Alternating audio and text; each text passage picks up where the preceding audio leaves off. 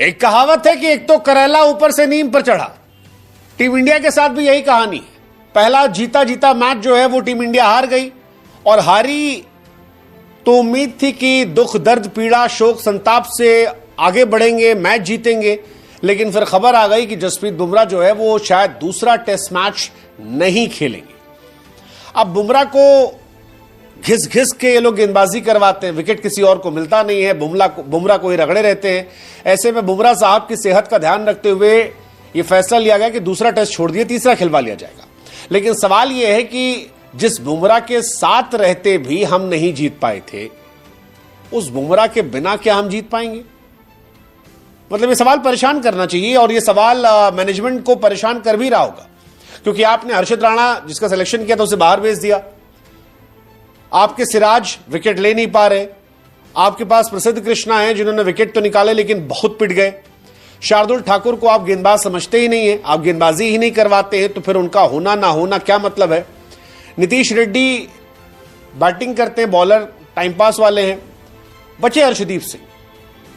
अर्शदीप सिंह को आप शायद लाएंगे, लेकिन अर्शदीप सिंह जिनका टेस्ट डेब्यू होगा, क्या आप उनसे एक रात में चमत्कार की उम्मीद कर लेंगे? यह सवाल बड़ा इंपॉर्टेंट है, और यह सवाल टीम इंडिया को परेशान कर सकता है। बुमराह की गैर मौजूदगी में क्या आप मैच जीतेंगे? क्योंकि इंग्लैंड का हिसाब किताब टाइट है। इंग्लैंड की जो गेंदबाजी थोड़ी बहुत कमजोर लग रही थी, वहां पर जोफ्रा आर्चर की एंट्री हो गई, और जोफ्रा आर्चर के आने से उनकी गेंदबाजी यूनिट काफी ज्यादा स्ट्रांग हो गई है। जबकि हमारी अगर आप गेंदबाजी यूनिट देखेंगे तो इस स्विंगिंग कंडीशन में ना हम शमी को लेकर गए हैं, भुवनेश्वर को तो हम बहुत पहले ही भूल गए हैं कि वो एग्जिस्ट भी करते थे, उमेश यादव, ईशांत शर्मा जैसा एक्सपीरियंस भी हमारे पास नहीं है, और जो नए गेंदबाज हैं वो उतने ज्यादा इफेक्टिव नहीं दिखे हैं। अब सवाल ये जीते कैसे?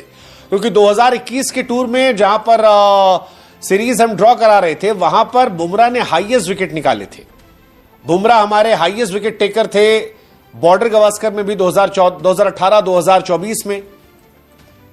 अब बुमराह नहीं है, और बिना बुमराह के क्या हमारी हैसियत होगी, ये देखने वाली कहानी होगी, ये परेशान करने वाली कहानी होगी। इंडिया ने पहला टेस्ट मैच गवा दिया। पहला टेस्ट मैच हम जीत सकते थे, मतलब 1948 के बाद उस पिच पर पहली बार इंग्लैंड ने मैच जीता था। 10 कैच हमने ड्रॉप किए थे। अच्छा, ये भी एक बड़ी कहानी है कि गेंदबाजी तो गेंदबाजी, हमारी फील्डिंग भी खतरनाक है। 10 कैच हमने ड्रॉप किए, और इंडिया जब पहला देश बन गई जिसने 5 शतक लगाने के बाद मैच गवाया, तो बड़ा डिसअपॉइंटिंग था। और अब जब बुमराह नहीं है, मैं फिर कह रहा हूं, तो फिर क्या कहानी होगी?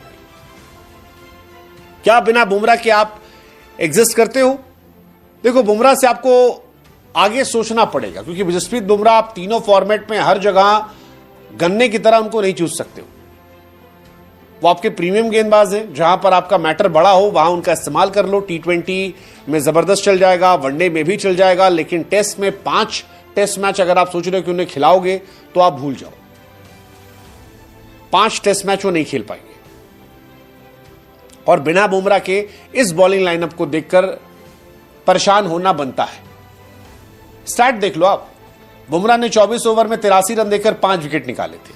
सिराज 27 ओवर में 122 रन पिटे, पूरे मैच में केवल 2 विकेट। प्रसिद्ध कृष्णा 20 ओवर में 128 रन पिटे, मतलब ये परेशान करने वाले आंकड़े। शार्दुल ठाकुर, उनको गेंदबाजी नहीं करवाते आप। सेकेंड इनिंग देखोगे, बुमराह चलो हटा दो, Siraj 14 over 51 run, Jadeja 24 over 104